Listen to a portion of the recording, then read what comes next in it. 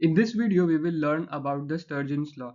So the Sturgeon's law was originally called the Sturgeon's revelation, and this guideline was introduced by a science fiction writer, Theodore Sturgeon, back in 1950s and 1960s. Back then, he found himself defending his chosen genre, as science fiction at that time hadn't quite begun to transcend its reputation as being mere pulp fiction. Sturgeon felt that his critics were basing their opinions of science fiction on its worst example, and using the same standard that 90% of science fiction is trash or crap. It can also be argued that 90% of film, literature, and consumer goods, etc., is also crap. And this is what gave birth to the Sturgeon's law, that 90% of everything is crap. Although Sturgeon used it to describe art and product, the maxim took on a life of its own. So the Sturgeon's law is basically a more restrictive and a colorful version of Pareto's principle.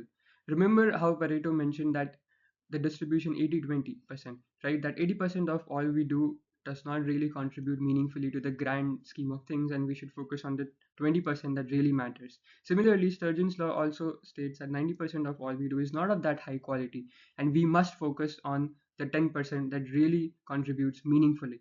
So ask yourself this question, that when was the last time you experienced something really meaningful and transforming across different experiences of different aspects you have in your day-to-day life? Most movies that we watch feel mediocre. Most books that we read recycle the same knowledge. When you're purchasing clothes, most of them do not fit well or do not look good on you, and you have to go through a tedious process of selecting and filtering what looks best on you.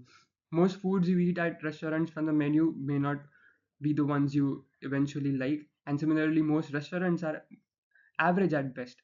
In the drug development industry, also, most drugs that are identified and discovered early are not clinically translated.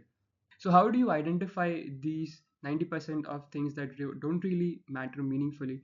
You should have some guide rails, right? And you could ask yourself these questions: that is this something that improves your life meaningfully? They would usually not make you any happier or support your relationships or contribute in any way to take you a step further towards achieving your goal. Most likely, you will be completely fine not doing them or doing them imperfectly. So, you need a good system, right, to ensure that this overwhelm does not occur and you focus on the meaningful 10% of things.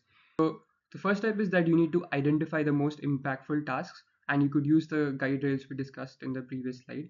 And these tasks need to be thoughtfully planned so that your routine supports the execution of these goals. So, to summarize, the Sturgeon's law is a way to clarify and streamline our thinking and to counteract some of our mind's tendency to wander in irrelevant directions. This mental model tells us to be selective with our time and energy and be perpetually skeptical about what we allow into our lives.